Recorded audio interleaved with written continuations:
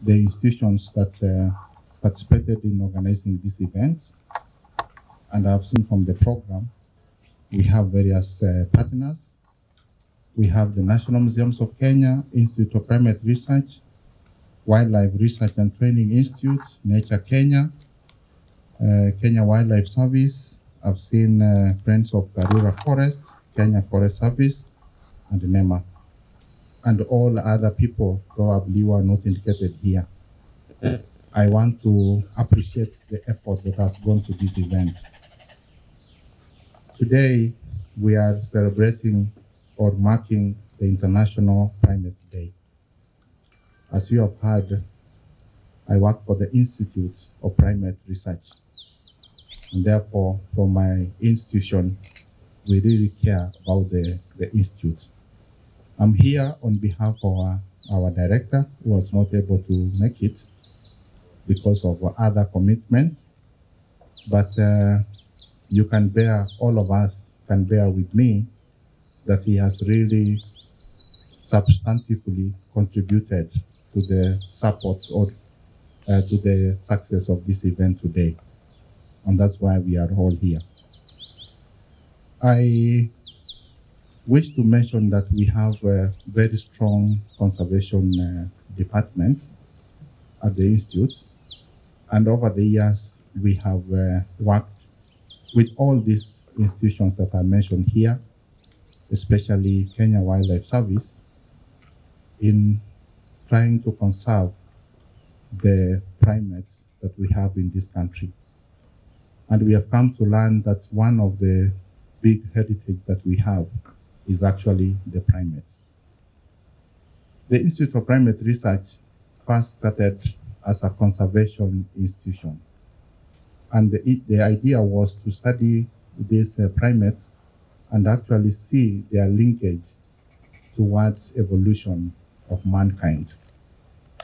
And for many years we did that, but later we also observed that these animals really suffer from the diseases that we also suffer. And the issue of biomedical research was born, and we realized that actually these animals, they are very close to human, they suffer the same diseases, they eat the plants that are actually food also for humankind. And when they get sick, they take leaves or barks of trees that are medicinal. So when we talk about the Big Four agenda in this country, we who are in conservation or we who are dealing with primates, we are also covered because we are talking about food for sustainable development. And these primates can actually show us much more different types of food from the natural environment that probably we do not know.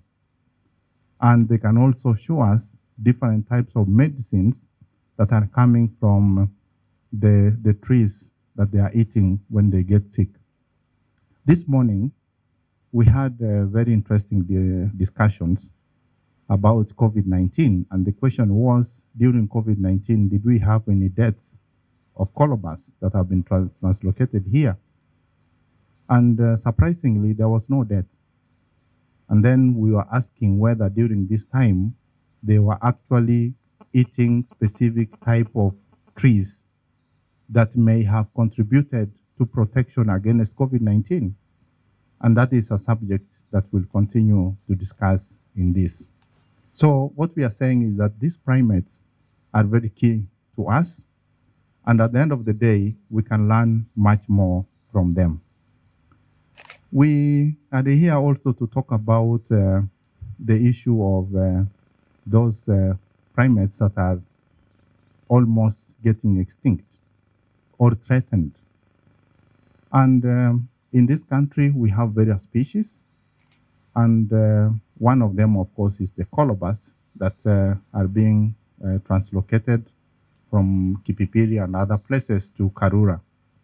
And that effort of conserving this colobus is commendable. It's very important for us who are working on the primates and for the country at large. But I still believe that we need to do something more. As it is now, we can actually definitely say how many colobars are here. But the question whether how many primates are in this country might be a challenging question. If I ask, for example, how many baboons do we have in this country? Everybody will give their figures. How many colobars? How many sykes? How many varvets? It might be a challenge. How many patas monkey, for example? So I think we need to make additional efforts to do primate census specifically to know the numbers that we have. Because in this century, we normally talk about sustainable utilization. We know some of them, maybe they get injured and die, others are getting old and all this. And then, and others are also being used for research. But we want to know how many do we have so that when we utilize them for the purpose of research or when they suffer diseases and they die or something, then we know what efforts can we make to be able to keep the numbers in this country. So I want to challenge everyone, and maybe we can continue the discussion that what more efforts do we need to do to be able to conserve these primates, having known that actually the primates are a big heritage to this country. And with those remarks, I want to welcome you all to this event, and thank you very much.